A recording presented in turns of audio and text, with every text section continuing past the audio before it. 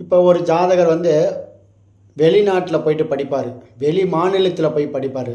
இந்த மாதிரி சூழ்நிலையில் அந்த ஜாதகருக்கு கட்டமைத்து கொடுக்கறது எந்த கிரகம்னா, படிப்பு என்றாலே புதன்.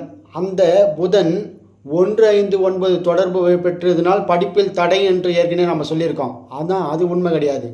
அந்த புதன் 2வது கட்டத்தில் ராகுவியோ கேதுவியோ தொடர்பு கொள்ளும் பொழுது அந்த ஜாதகரோ அல்ல அந்த ஜாதகியோ வெளிநாடு வெளி மாநிலத்தில் சென்று படிக்கக்கூடிய தன்மை.